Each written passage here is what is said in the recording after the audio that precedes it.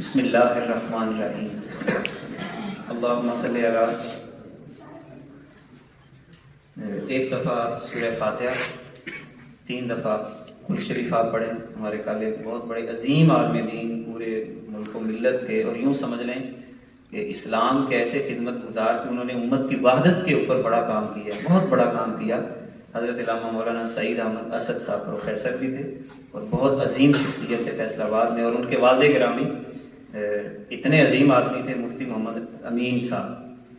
اتنے عظیم آدمی تھے کہ انہوں نے درود شریف کے اوپر ایک کتاب لکھی تھی اور صاحب کشف بھی تھے، یعنی جیسے ہوتا ہے کہ آنے والے حالات کو بھی جاننے والے. وہ اتنی عظیم شخصیت تھے. ان کے یہ بیٹے تھے اور یہ خود بھی ایک عظیم شخصیت. ان کے لیے بھی ہم نے دعا کر لی.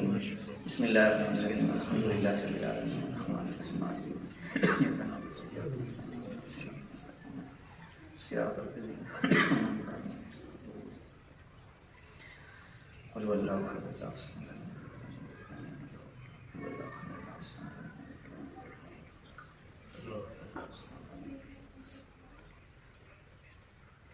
بسم اللہ الرحمن الرحیم اللہم صلی علی سیدنا و حبیبنا محمد مبارک وسلم وسلم علیہ.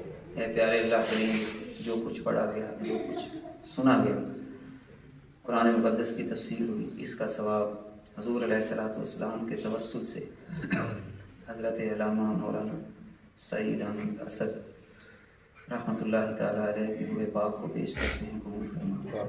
اے پیارے اللہ، آپ کی دینی خدمات کو اپنی بارگاہ میں قبول فرما. غلطیوں کوتاہیوں سے درگزر فرما. آپ نے امت کی وحدت کے لیے کام کیا، قبول فرما. قرآن مقدس کی تفسیر پہ کام کیا، قبول فرما.